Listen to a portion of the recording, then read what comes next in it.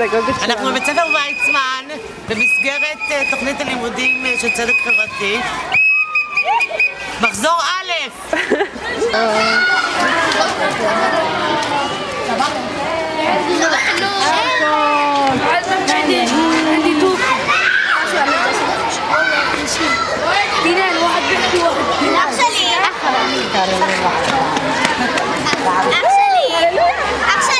למד לשלם. למה? מי, מה? בכמה הוא? בן שנתיים. זה חמוד, נכון? חמוד. טל, מה נשמע? איזה יפה. כל הזום. שלום, אני תלמידה מהחוג עיניים שם. סתם.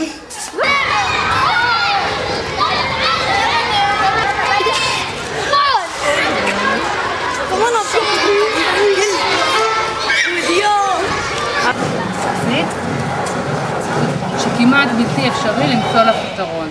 לכן החלטנו להציג הצגה בנושא. בהצגה ניתן פתרונות להתמודדות עם אלימות בבית ספרנו. הפתרון העיקרי בידינו.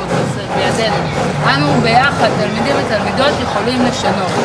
פייר. אנו בקבוצת בעיניים שלנו מצאנו את בעיית האלימות, הן פיזית והן מילולית. בבית ספר כבעיה קשה כשכמעט בלתי אפשרי למצוא לה פתרון. לכן החלטנו להציג הצגה בנושא. בהצגה ניתן פתרונות להתמודדות עם אלימות בבית ספרנו. הפתרון העיקרי הוא בידינו. אנחנו ביחד, תלמידים ותלמידות, יכולים לשנות. תהנו מההצגה. שלום זיו. שלום. בואי תספרי לנו קצת בקבוצה שהייתה לנו בעיניים, איך זה התנהל, איך בחרתם דווקא את ההצגה. תספרי לנו על התהליך שעברנו.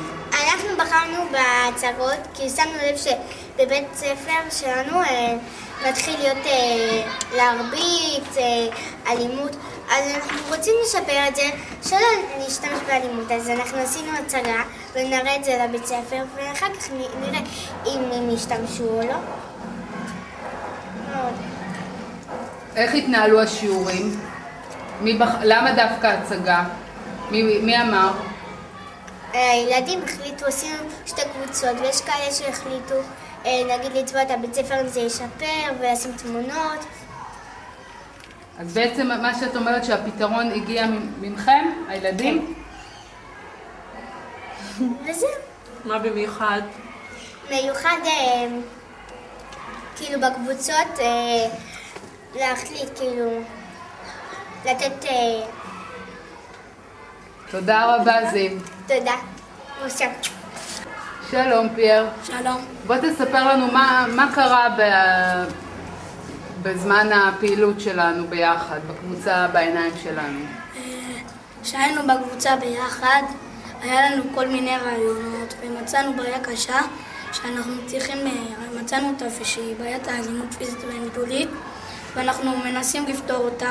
הילדים מקבלים משאיות ולא עוזר כלום. ועכשיו אנחנו החלטנו להציג הצגה שהיא תעזור לילדים ויש בה פתרונות, למשל ללחוץ על כדור ספוג, לצאת לשתות ולספור עד 10, או להגיד הפסקת אש. יש כל מיני דברים. היה לנו כיף ביחד, שעשינו הצבעה ואמרנו הרוב קובע מי שרוצה לשפר את הבית ספר ומי שרוצה לפתור את בעיית האלימות הפיזית.